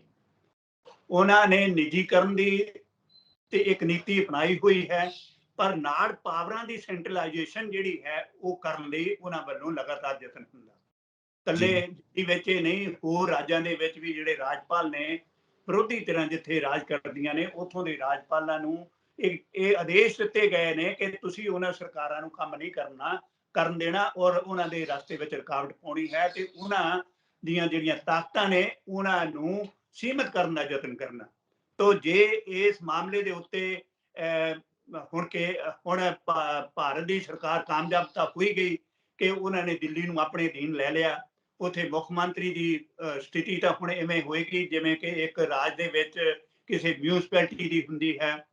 ਤੋ ਇਸ ਮਾਮਲੇ ਦੇ ਉੱਤੇ ਚੁਣੀ ਹੋਈ ਸਰਕਾਰ ਦਾ ਕੋਈ ਮੰਤਵ ਜਿਹੜਾ ਹੈ ਮੈਂ ਸਮਝਦਾ ਕਿ ਨਹੀਂ ਰਹਿ ਜਾਂਦਾ। ਬੜੇ ਵੱਡੇ ਪੱਧਰ ਦੇ ਉੱਤੇ ਇਹ ਇੱਕ ਇਹੋ ਜਿਹੀ ਸਾਜ਼ਿਸ਼ ਹੈ ਜਿਹਦੇ ਅਧੀਨ, ਜਿਵੇਂ ਕਿ ਤੁਸੀਂ ਜ਼ਿਕਰ ਕੀਤਾ ਔਰ ਕੇਜਰੀਵਾਲ ਸਾਹਿਬ ਵੀ ਇਸ ਗੱਲ ਦਾ ਖਰਚਾ ਪ੍ਰਗਟ ਕਰਦੇ ਨੇ ਕਿ ਪੂਰੇ ਦੇਸ਼ ਦੇ ਵਿੱਚ ਇਸ ਕਿਸਮ ਦਾ ਤੰਤਰ ਮਤਲਬ ਪ੍ਰਧਾਨਗੀ ਕਿਸਮ ਦਾ ਜਿਹੜਾ ਰਾਜ ਹੈ ਉਸ ਨੂੰ ਲਿਆਉਣ ਲਈ ਇਹ ਇੱਕ ਨਵੀਂ ਸਾਜ਼ਿਸ਼ ਜਿਹੜੀ ਹੈ ਕਰਨ। ਕਿਉਂਕਿ ਜਦ ਤੱਕ ਉਹ ਕਹਿੰਦੇ ਨੇ ਕਿ ਜੇ ਡਬਲ ਇੰਜਨ ਸਰਕਾਰ ਨਹੀਂ ਹੋਏਗੀ ਤੇ ਦੇਸ਼ ਵਿੱਚ ਵਿਕਾਸ ਨਹੀਂ ਹੋਏਗਾ। ਇਹ ਇੱਕ ਭਾਰਤ, ਇੱਕ ਬੋਲੀ, ਇੱਕ ਰਾਸ਼ਟਰ, ਇੱਕ ਸੜਕ, ਇਸ ਗੱਲ ਦੀ ਜਿਹੜੀ ਗੱਲ ਹੁੰਦੀ ਆ ਉਸ ਵੇਲੇ ਉਹਨਾਂ ਦੇ ਮਨ ਵਿੱਚ ਇੱਕੋ ਇੱਕ ਨਿਸ਼ਾਨਾ ਹੈ ਕਿ ਕਿਸੇ ਨਾ ਕਿਸੇ ਢੰਗ ਦੇ ਨਾਲ ਸਾਡੀ ਤੇ ਸਿਰਫ ਸਾਡੀ ਗੱਲ ਚੱਲੇ, ਅਸੀਂ ਡੈਮੋਕ੍ਰੇਸੀ ਨੂੰ ਇਸ ਗੱਲ ਦੇ ਵਿੱਚ ਕੋਈ ਥਾਂ ਦੇਣ ਨੂੰ ਤਿਆਰ ਨਹੀਂ ਹੋਵਾਂਗੇ। ਪਲਾਹੀ ਸਾਹਿਬ, ਤੁਸੀਂ ਡਬਲ ਇੰਜਨ ਦੀ ਸਰਕਾਰ ਦੀ ਗੱਲ ਕੀਤੀ ਹੈ ਔਰ ਡਬਲ ਇੰਜਨ ਦੀ ਸਰਕਾਰ ਦਾ ਹਮੇਸ਼ਾ ਹੀ ਜ਼ਿਕਰ ਹੁੰਦਾ ਹੈ। ਮਨੀਪੁਰ ਦੇ ਵਿੱਚ ਵੀ ਡਬਲ ਇੰਜਨ ਸਰਕਾਰ ਹੈ, ਉੱਥੇ ਵੀ ਬੀਜੇਪੀ ਦੀ ਸਰਕਾਰ ਹੈ। ਹਰਿਆਣਾ ਦੇ ਵਿੱਚ ਵੀ ਡਬਲ ਇੰਜਨ ਸਰਕਾਰ ਹੈ, ਉੱਥੇ ਵੀ ਬੀਜੇਪੀ ਦੀ ਸਰਕਾਰ ਹੈ ਤੇ ਕੇਂਦਰ ਦੇ ਵਿੱਚ ਵੀ ਬੀਜੇਪੀ ਦੀ ਸਰਕਾਰ ਹੈ। ਫਿਰ ਇਹ ਦੋਵਾਂ ਥਾਵਾਂ ਦੇ ਉੱਤੇ ਮਨੀਪੁਰ ਤੇ ਹਰਿਆਣਾ ਨੂੰ ਦੇ ਵਿੱਚ ਡਬਲ ਇੰਜਨ ਫੇਲ ਕਿਉਂ ਹੋ ਜਾਂਦਾ ਹੈ ਪਲਾਹੀ ਸਾਹਿਬ? ਦੇਖੋ ਗੱਲ ਇਹ ਆ ਕਿ ਜੇ ਮੋਦੀ ਦੀ ਉੱਪਰਲੀ ਸਰਕਾਰ ਫੇਲ ਆ, ਜਿਹੜੀ ਬੇਰੁਜ਼ਗਾਰੀ, ਭ੍ਰਿਸ਼ਟਾਚਾਰ ਤੇ ਹੋਰ ਵੱਡੀਆਂ ਸਮੱਸਿਆਵਾਂ ਦੇ ਨਾਲ ਸਾਹਮਣਾ ਕਰ ਰਹੀ ਹੈ, ਜਿਹੜੀ ਕਹਿੰਦੀ ਤਾਂ ਇਹ ਹੈ ਕਿ ਅਸੀਂ ਪੰਜਵੀਂ ਅਰਥਚਾਰਾ ਜਿਹੜਾ ਹੈ ਆਉਣ ਵਾਲੇ ਸਮੇਂ ਦੇ ਵਿੱਚ ਬਣ ਜਾਵਾਂਗੇ ਔਰ ਮੋਦੀ ਸਾਹਿਬ ਕਹਿੰਦੇ ਕਿ ਮੈਂ ਆਉਣ ਵਾਲੇ ਜਿਹੜੀ ਮੇਰੀ ਆਉਣ ਵਾਲੀ ਟੈਨਿਓਰ ਹੋਏਗੀ ਉਸ ਦੇ ਖਾਤਮੇ ਤੋਂ ਪਹਿਲਾਂ ਜਾਣੀ ਆਉਣ ਵਾਲੇ 4 ਸਾਲਾਂ ਦੇ ਵਿੱਚ ਜਿਹੜਾ ਭਾਰਤ ਆ ਉਹ ਤੀਜਾ ਵੱਡਾ ਅਰਥਚਾਰਾ ਹੋਏਗਾ। ਪਰ ਵੇਖਣ ਵਾਲੀ ਗੱਲ ਇਹ ਹੈ ਵੀ ਇਕੱਲੀ GDP ਦੇ ਨਾਲ ਹੀ ਅਰਥਚਾਰਾ ਵੱਡਾ ਹੋ ਜਾਂਦਾ ਜਾਂ ਸਧਾਰਨ ਲੋਕ ਜਿਹੜੇ ਨੇ ਉਹਨਾਂ ਦੀ ਇਨਕਮ ਦੇ ਵਿੱਚ ਵੀ ਕੋਈ ਵਾਧਾ ਹੁੰਦਾ। ਇਸ ਵੇਲੇ ਇੱਕ ਅਮਰੀਕਨ ਦੀ ਜਿਹੜੀ ਇਨਕਮ ਹੈ, ਰੋਜ਼ਾਨਾ ਇਨਕਮ ਜਿਹੜੀ ਹੈ ਐਵਰੇਜ ਪ੍ਰਤੀ ਦਿਨ ਉਹ $88 ਹੈ, ਜਦ ਕਿ ਭਾਰਤ ਦੇ ਇੱਕ ਵਿਅਕਤੀ ਦੀ ਪ੍ਰਤੀ ਦਿਨ ਜਿਹੜੀ ਆਮਦਨ ਹੈ ਉਹ $2.86 ਹੈ, ਯਾਨੀ ਲਗਭਗ $3, ਜਿਹੜੀ ਕਿ ਜਿਹੜੀ ਉੱਪਰਲੇ 10 ਰਾਜ ਜਿਹੜੇ ਇੰਟਰਨੈਸ਼ਨਲੀ ਵਿਸ਼ਵ ਦੀਆਂ ਸਰਕਾਰਾਂ ਗਿਣੀਆਂ ਜਾਂਦੀਆਂ ਨੇ ਜਾਂ ਦੇਸ਼ ਗਿਣੇ ਜਾਂਦੇ ਨੇ, ਉਹਨਾਂ ਵਿੱਚ ਵੀ ਕਿਧਰੇ ਇਹ ਦਿਖਾਈ ਨਹੀਂ ਦਿੰਦਾ। ਬ੍ਰਾਜ਼ੀਲ ਵਰਗਾ ਮੁਲਕ ਜਿਹੜਾ ਹੈ ਉਹ ਸਾਡੇ ਤੋਂ ਉੱਪਰ ਹੈ, ਉਹਦੀ ਵੀ $10 ਪ੍ਰਤੀ ਜੀ ਆਮਦਨ ਹੈ ਪ੍ਰਤੀ ਦਿਨ। ਤੇ ਜੇ ਲੋਕਾਂ ਦੀ ਗੱਲ ਜਿਹੜੀ ਆਪਾਂ ਜਦੋਂ ਕਰ ਲੈਂਦੇ ਆ ਵੀ ਲੋਕਾਂ ਦਾ ਅਰਥਚਾਰਾ ਠੀਕ ਨਹੀਂ ਹੋਏਗਾ, ਦੇਸ਼ ਦੇ ਅਰਥਚਾਰੇ ਦਾ ਕੀ ਮੰਤਵ ਰਹਿ ਜਾਏਗਾ। ਤੇ ਇਹ ਸਰਕਾਰਾਂ, ਚਾਹੇ ਉੱਪਰਲੀ ਸਰਕਾਰ ਹੈ ਚਾਹੇ ਥੱਲੇ ਵਾਲੀ ਸਰਕਾਰ ਹੈ, ਲੋਕ ਹਿੱਤ ਵਿੱਚ ਫੈਸਲੇ ਨਹੀਂ ਕਰਦੀ। ਸਿਰਫ ਤੇ ਸਿਰਫ ਆਪਣਾ ਰਾਜਪਾਲ ਜਾਂ ਆਪਣੀਆਂ ਨੀਤੀਆਂ ਜਾਂ ਆਪਣਾ ਜਿਹੜਾ ਢੰਗ ਤਰੀਕਾ ਉੱਪਰੋਂ ਉਹਨਾਂ ਨੂੰ ਦਿੱਤਾ ਜਾਂਦਾ, ਉਹਦੇ ਅਨੁਸਾਰ ਰਾਜ ਕਰਦੀ ਆ। ਦੇਖੋ ਗੱਲ ਇਹ ਆ ਵੀ ਜੇ ਸੱਚਮੁੱਚ ਅਰਥਚਾਰਾ ਵੱਡਾ ਹੋ ਰਿਹਾ ਹੋਵੇ, ਡਬਲ ਇੰਜਨ ਸਰਕਾਰ ਸਹੀ ਢੰਗ ਨਾਲ ਕੰਮ ਕਰ ਰਹੀ ਹੋਵੇ, ਤੇ 80 ਕਰੋੜ ਲੋਕਾਂ ਨੂੰ ਭੋਜਨ ਮੁਫਤ ਦੇਣ ਦੀ ਲੋੜ ਕਿਉਂ ਰਹਿ ਜਾਏ। ਤੇ ਜੇ ਉਹ ਕਹਿੰਦੇ ਨੇ ਵੀ ਇਹ ਗੱਲ ਤਾਂ ਕਾਂਗਰਸ ਸਰਕਾਰ ਵੇਲੇ ਕੀਤੀ ਗਈ ਸੀ, ਤੇ ਫਿਰ ਸਵਾਲ ਇਹ ਉੱਠਦਾ ਵੀ ਉਹਨੇ ਸਮੇਂ ਦੇ ਵਿੱਚ ਤੁਸੀਂ ਅਰਥਚਾਰੇ ਨੂੰ ਐਡਾ ਕਿਉਂ ਨਹੀਂ ਬਣਾ ਲਿਆ, ਕਿਉਂ ਨਹੀਂ ਦੇਸ਼ ਦੀ ਗਰੀਬੀ ਖਤਮ ਕਰ ਲਈ ਵੀ 80 ਕਰੋੜ ਦੇ ਥਾਂ ਤੇ ਉਹਨਾਂ ਦੀ ਗਿਣਤੀ 20-22 4 ਸਾਲਾਂ ਦੇ ਵਿੱਚ ਹੋਰ ਵੀ ਘਟ ਜਾਏ। ਸੋ ਮੇਰਾ ਮੰਨਣਾ ਹੈ ਕਿ ਡਬਲ ਇੰਜਨ ਸਰਕਾਰਾਂ ਦੀ ਗੱਲ ਜਿਹੜੀ ਹੈ ਇਹ ਇੱਕ ਹਊਆ ਹੈ, ਇੱਕ ਮਿਰਗ ਤ੍ਰਿਸ਼ਨਾ ਹੈ, ਜਿਹੜੀ ਸਿਰਫ ਤੇ ਸਿਰਫ ਲੋਕਾਂ ਨੂੰ ਗੁੰਮਰਾਹ ਕਰਨ ਲਈ ਔਰ ਲੋਕਾਂ ਦੇ ਵਿੱਚ ਆਪਣੀ ਪੱਲ ਬਣਾਉਣ ਦੀ ਖਾਤਰ ਬਣਾਈ ਗਈ ਆ। ਸਿਰਫ ਵਿਕਾਸ ਦੀਆਂ ਬੜੀਆਂ ਗੱਲਾਂ ਕਰਕੇ ਜਦੋਂ ਅਸੀਂ ਗੱਲ ਕਰਦੇ ਹਾਂ ਵੀ ਅਸੀਂ ਦੇਖੋ ਬੜੇ ਪੁਲ ਬਣਾਤੇ, ਅਸੀਂ ਰੇਲਵੇ ਸਟੇਸ਼ਨਾਂ ਨੂੰ ਬਹੁਤ ਵਧੀਆ ਕਰ ਦਿੱਤਾ, ਪਰ ਸਵਾਲ ਉੱਠਦਾ ਹੈ ਕਿ ਉਹਨਾਂ ਰੇਲਵੇ ਸਟੇਸ਼ਨਾਂ ਦੇ ਉੱਤੇ ਸਧਾਰਨ ਵਿਅਕਤੀ ਦੀ ਕੀ ਬੁਕਤ ਹੈ। ਕਿ ਉਸ ਨੂੰ ਇੱਕ ਸਧਾਰਨ ਟ੍ਰੇਨ ਦੇ ਵਿੱਚ ਜਦੋਂ ਉਹ ਸਫ਼ਰ ਕਰਦਾ ਤੇ ਉਹ ਸਹੂਲਤ ਮਿਲਦੀ ਹੈ ਜਿਹੜੀ ਫਸਟ ਕਲਾਸ ਦੇ ਵਿੱਚ ਮਿਲਦੀ ਆ। ਸਧਾਰਨ ਡੱਬਿਆਂ ਦੇ ਵਿੱਚ, ਸ਼ਟਲ ਡੱਬਿਆਂ ਦੇ ਵਿੱਚ ਤਾਂ ਲੋਕਾਂ ਨੂੰ ਬੈਠਣ ਲਈ ਭੀੜ ਇੰਨੀ ਜ਼ਿਆਦਾ ਹੁੰਦੀ ਹੈ, ਥਾਂ ਨਹੀਂ ਮਿਲਦੀ। ਤੇ ਫਿਰ ਵੱਡੇ ਲੋਕ ਜਿਹੜੇ ਨੇ ਉਹਨਾਂ ਨੂੰ ਫਸਟ ਕਲਾਸ ਸਹੂਲਤਾਂ ਦੇਣ ਦੀ ਗੱਲ ਜਿਹੜੀ ਹੈ ਕੀਤੀ ਜਾ ਰਹੀ ਹੈ। ਕਿਹਾ ਜਾ ਰਿਹਾ ਵੀ ਇੱਕ ਸਲੀਪਰ ਵਾਲਾ ਬੰਦਾ ਵੀ ਜਿਹੜਾ ਹੈ ਉਹ ਐਰੋਪਲੇਨ ਦੇ ਉੱਤੇ ਸਫ਼ਰ ਕਰੇਗਾ। ਮੈਂ ਇੱਕ ਗੱਲ ਪੁੱਛਣਾ ਚਾਹੁੰਦਾ ਵੀ $3 ਕਮਾ ਕੇ ਪ੍ਰਤੀ ਦਿਨ ਇੱਕ ਸਧਾਰਨ ਵਿਅਕਤੀ ਮੇਰੇ ਪਿੰਡ ਦਾ ਐਰੋਪਲੇਨ ਦੇ ਉੱਤੇ ਜਾਣ ਦੀ ਸੋਚ ਕਿਵੇਂ ਸਕਦਾ। ਤੇ ਡਬਲ ਇੰਜਨ ਸਰਕਾਰ ਸਿਰਫ ਭੁਲੇਖਾ ਪਾਉਣ ਦਾ ਇੱਕ ਸਾਧਨ ਹੈ, ਜਿਹੜਾ ਲਗਾਤਾਰ ਉੱਪਰਲੀ ਸਰਕਾਰ ਵੱਲੋਂ ਥੱਲੇ ਦੀ ਸਰਕਾਰ ਦੇ ਨਾਲ ਰਲ ਕੇ ਲੋਕਾਂ ਨਾਲ ਬੇਈਮਾਨੀ ਕਰਨ ਦਾ ਕੀਤਾ ਜਾ ਰਿਹਾ। ਜੀ, 5ਵੀਂ ਸਭ ਤੋਂ ਵੱਡੀ ਅਰਥ ਵਿਵਸਥਾ ਬਣ ਗਿਆ ਹੈ ਭਾਰਤ, ਜਿਵੇਂ ਕਿ ਕਿਹਾ ਜਾ ਰਿਹਾ ਹੈ, ਐਲਾਨ ਕੀਤਾ ਜਾ ਰਿਹਾ ਹੈ, ਪਰ ਉਹਦੇ ਵਿੱਚ ਵੱਡੇ ਲੋਕਾਂ ਦਾ ਕਿੰਨਾ % ਹਿੱਸਾ ਹੈ ਤੇ ਆਮ ਲੋਕਾਂ ਦਾ ਕਿੰਨਾ % ਹਿੱਸਾ ਹੈ, ਇਹ ਵਿਚਾਰ ਕਰਨ ਵਾਲੀ ਗੱਲ ਹੋਏਗੀ। ਪਲਾਹੀ ਸਾਹਿਬ, ਬਹੁਤ ਬਹੁਤ ਸ਼ੁਕਰੀਆ, ਥੈਂਕ ਯੂ ਸੋ ਮਚ, ਤੁਸੀਂ ਇਸ ਵਿਸ਼ੇ ਦੇ ਉੱਤੇ ਸਾਨੂੰ ਐਨਲਾਈਟਨ ਕੀਤਾ। Thank you so much Palahi ਸਾਹਿਬ। ਮਿਹਰਬਾਨੀ, ਸ਼ੁਕਰੀਆ ਜੀ। ਸਾਡੇ ਦਰਸ਼ਕ ਸਾਡਾ ਚੈਨਲ ਪੰਜਾਬ ਮੇਲ USA TV ਸਬਸਕ੍ਰਾਈਬ ਕਰਨ, ਆਪਣੇ ਵਿਚਾਰ ਸਾਨੂੰ ਇਨਬਾਕਸ ਕਰਨ। ਸਤਿ ਸ਼੍ਰੀ ਅਕਾਲ।